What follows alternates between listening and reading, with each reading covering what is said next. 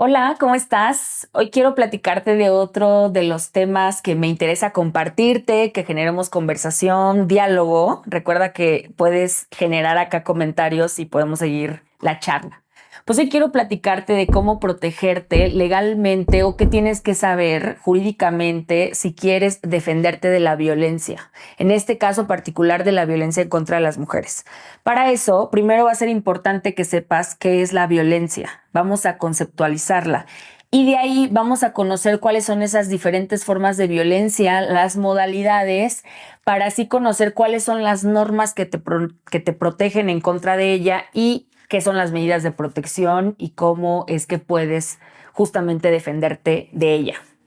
Pues bueno, decirte que la violencia se reconoce como todo acto u omisión que genera daño físico, psicológico, emocional, económico, que transgrede tu persona por el simple hecho de ser mujer y que esto se genera a partir del hecho de la desigualdad estructural que enfrentan las mujeres, las niñas en el mundo y también debido a la discriminación histórica, que esto se relaciona precisamente con el concepto de patriarcado, que lo puedes encontrar en uno de mis videos anteriores que ya estuvimos hablando acerca de qué es el patriarcado, una visión o concepción histórica de entender el mundo que afecta a las mujeres porque las considera en un menor valor.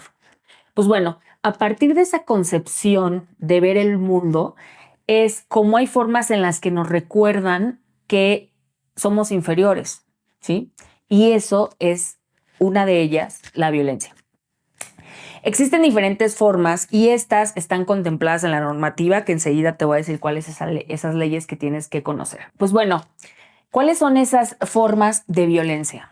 Existe la violencia física, que es cualquier daño al cuerpo, ya sea por un objeto o directamente de otra persona, ¿sí?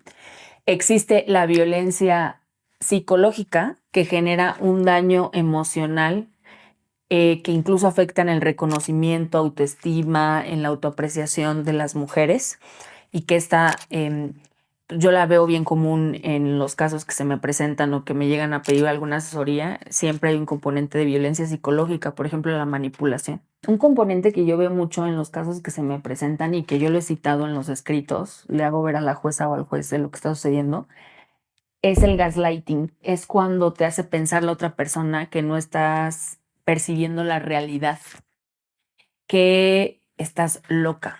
Y ahí decir que históricamente a las mujeres nos han considerado locas y las encerraban en psiquiátricos. O sea, es una cuestión histórica, pero que se sigue reproduciendo de otras formas. Existe la violencia digital que se da en las redes sociales, por una parte, que esa es la mediática, pero bueno, se da en las redes sociales, y la digital en la que se utilizan los instrumentos digitales para generar algún tipo de daño. Por ejemplo, si has escuchado hablar del sexting, las personas se comparten ciertas imágenes sexuales y después navegan en la red y eso se puede considerar como violencia si pues no es con tu consentimiento, ¿no? Sino más bien la compartes en la intimidad. Existe la violencia sexual, que es aquella que daña tu sexualidad y que esta puede ser a partir del acoso, del abuso, de la violación. Existe también la violencia económica, que es una manipulación o una obstrucción a tu libre desarrollo o a tu libre determinación, decisión a partir del dinero, del control monetario. Existe la violencia obstétrica, que es aquel ejercicio del poder del personal médico frente a las mujeres en el embarazo, en el parto y en el posparto, que afecta a su dignidad. También existe la violencia feminicida, que esta violencia es la violencia extrema en contra de las mujeres que culmina con su asesinato. Existe un marco normativo de protección para las mujeres que viven violencia. Hay que recordar que en el marco de los derechos humanos hay sistemas universales, el regional y el sistema nacional. En el marco internacional o universal de los derechos humanos hay una convención que es la Convención CEDAW. Esta convención es sobre la eliminación de todas las formas de discriminación en contra de la mujer y México ya ratificó esta convención. Puedes darle una revisada, te voy a dejar el link por acá abajo para que puedas ir directamente a ver qué es esa convención CEDAW y cuáles son sus derechos. Uno de ellos pues, reconoce que una forma de discriminar es violentar. Entonces, en sí mismo la violencia es discriminación. Entonces, esta es una convención que ya ratificó el Estado mexicano y esto quiere decir, de acuerdo al artículo 1 constitucional, que es obligatoria y tiene que ser de observancia para las instituciones y para todas las autoridades en el ámbito de sus competencias. Tenemos en el ámbito regional de los derechos humanos la Convención Belém do Pará, que lleva este nombre porque fue firmada precisamente en Brasil. Y esta convención reconoce también todas estas formas de las que estuvimos platicando y obliga a los estados a que hagan todos sus esfuerzos para eliminar la violencia en contra de las mujeres, esfuerzos que requieren presupuesto, instituciones que no revictimicen, que aquí también hay que recordar que la revictimización es hacer culpables a las víctimas de lo que están viviendo y las autoridades están obligadas a no hacerlo porque eso se puede considerar como otra forma de violencia, que es la violencia institucional, aquella ejercida por las autoridades en las instituciones a partir de su quehacer diario, que eso también es hacernos sentir de que merecemos esa violencia por nuestro comportamiento o mal comportamiento, ¿no? Y pues bueno, existe en el ámbito nacional, nos quedamos ahí en los tratados internacionales, pero también la propia Constitución mexicana, en este caso, si vives en alguna otra región, pues todas las regiones o países del mundo tienen que tener alguna cláusula de igualdad y no discriminación, probablemente, en los estados democráticos. Y pues en ese sentido, el artículo 4 constitucional establece que el hombre y la mujer son iguales ante la ley. Y eso quiere decir que entonces las mujeres tienen derecho a vivir sin esa violencia que viven los hombres. Esa es como la lógica. Entonces las mujeres ante ese derecho de igualdad y no discriminación no tienen que recibir ese acto discriminatorio que ya hablé que es la violencia. Ajá. Muy bien. Entonces, de ahí tenemos la Ley para una vida libre de violencia en contra de las mujeres, que esta es una ley general y cada entidad en el Estado mexicano tiene su propia ley.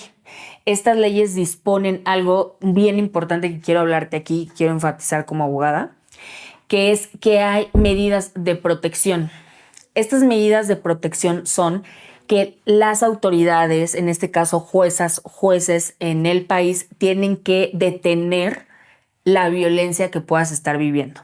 Estas medidas se pueden pedir ante juzgados familiares, se pueden pedir directamente también, claro que tiene su propia normativa los ministerios públicos, pero ahí también se pueden pedir este tipo de medidas de acuerdo al Código Penal. Pero de acuerdo a esta ley se pueden pedir ante tribunales también familiares o especializados.